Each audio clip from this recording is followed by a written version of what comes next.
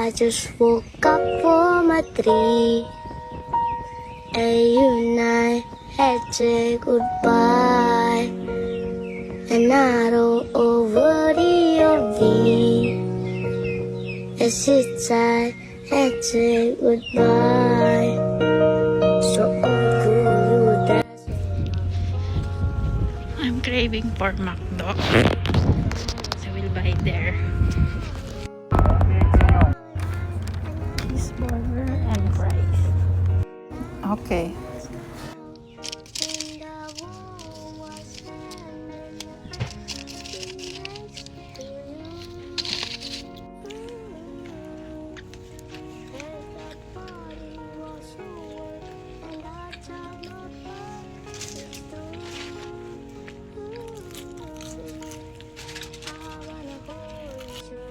Craving satisfied.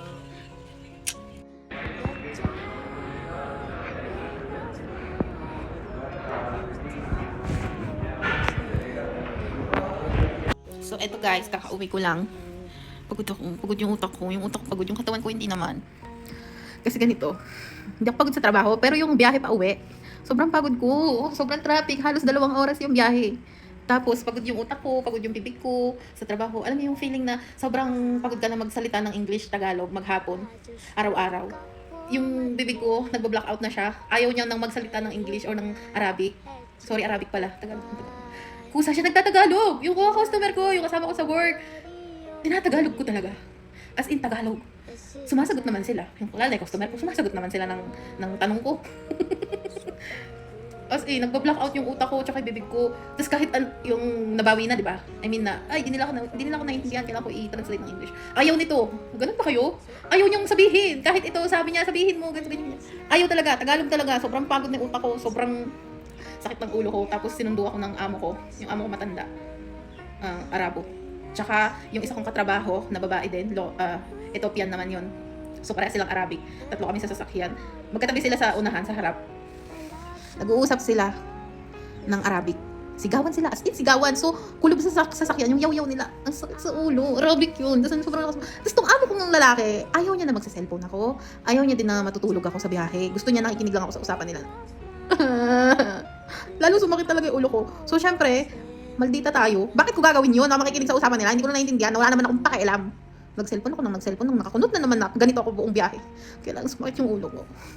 Ngayon, minamassage ko siya para bumalik sa dating anyo. Kasi nga, nakaganyan siya. O kusa, nakaganyan. Ayoko magka-wrinkles. Yun lang, magluluto akong chop suey. Panoorin niyo ako magluto ng chop suey. So, magbibihis lang akong pambahay. Nainis talaga ako dun sa amo na yun. Alam niyo ba, pag magsa-cellphone ako, titingin siya dun sa may mirror. Tapos sasabihin niya, Olibes, hindi ka nakikinig sa usapan namin. Sabi ko, sir, I don't care. So, we talk Tagalog, then I will listen. So, magluluto na tayo, guys. Kakanin natin tong gulay. Repolyo para sa chop suey. Itong cauliflower at broccoli, tsaka bell pepper, beans, carrots. Lord! What's this? Lalagay ba tayo nito?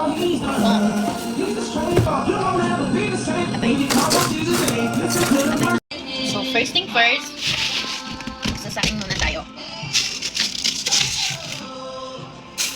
So, hanggang bukas na yung sasaing natin. Wala naman tayong bigas, no? So, tatawagan na naman natin si Belan para magpa-drive. Kung sabi nakitisan ko ng bigas, kasi siguro din malapit sa bahay nila. So, guys, lalagyan din natin ng konting hipon.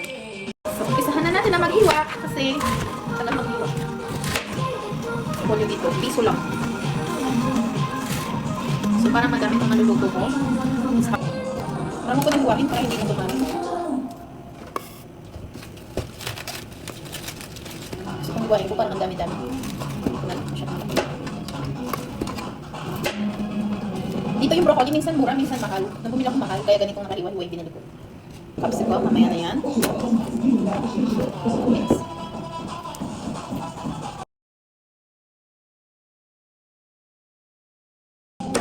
I'll never hate you like I do right now. Cause all you ever do is make me. So, ayoko na masyadong carrots. Baka malakas yung lalagay ko. Hated you like I do right now. I'll never hated you like I do right now. Cause all you ever do is make me cry.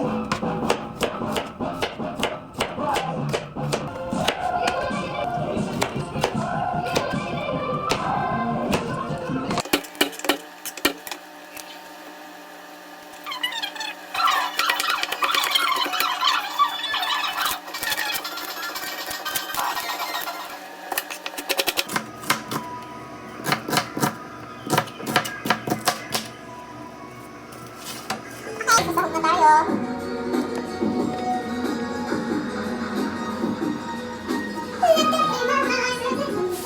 Babalatan at tatanggalin lang natin yung ulo para hindi nakasin pag bumangin. Magigisa na tayo guys ng bawang.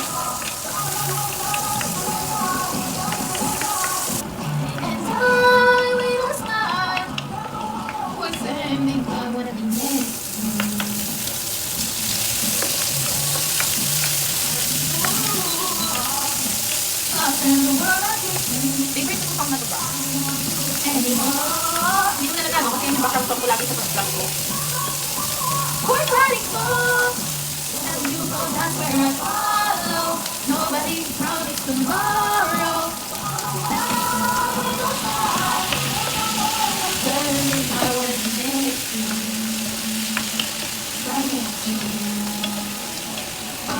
Minta. Dami minta.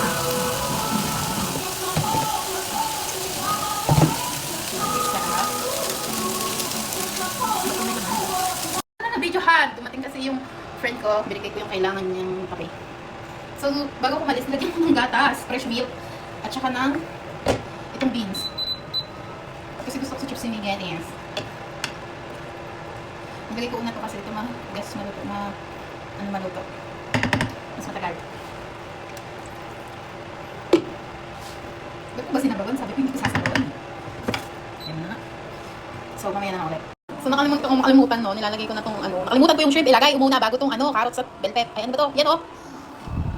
So habol natin. Bago i-report.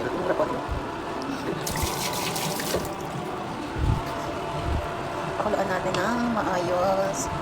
Dali lang maluto yung shrimp na yan eh. So bakit ba may isda pa kasi? Hindi naman siguro lalansa tong chop suey ko. Wala tayong malaking lutuan kasi nandun lahat sa kabilang bahay. Hindi ko pa nakuha. So next na uwi ko, kukunin ko na lahat. Para may magamit akong malaki. So, hindi ko pa natikman.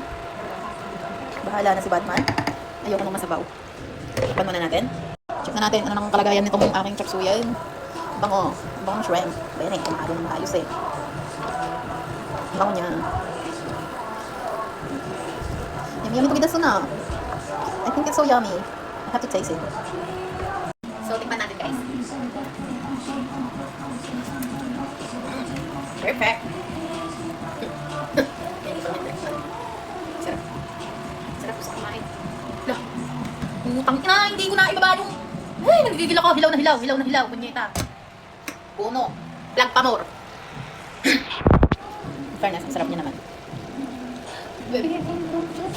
Muna natin siya. Nagigigil talaga ako sa laban naman yan.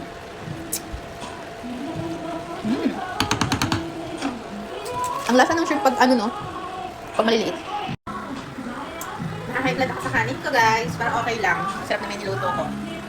Lagyan na natin yung cabbage. Sige, mayon. Ano ba? Saan na ba napupunta yung camera ko? Pan natin. Tapos hanguin. Patayin. Hintayin maluto. So after 100 years, ito yung rice ko. May sasawan tayo dito na patis na may sili na may lemon. Ayan na. Sobrang yummy yun.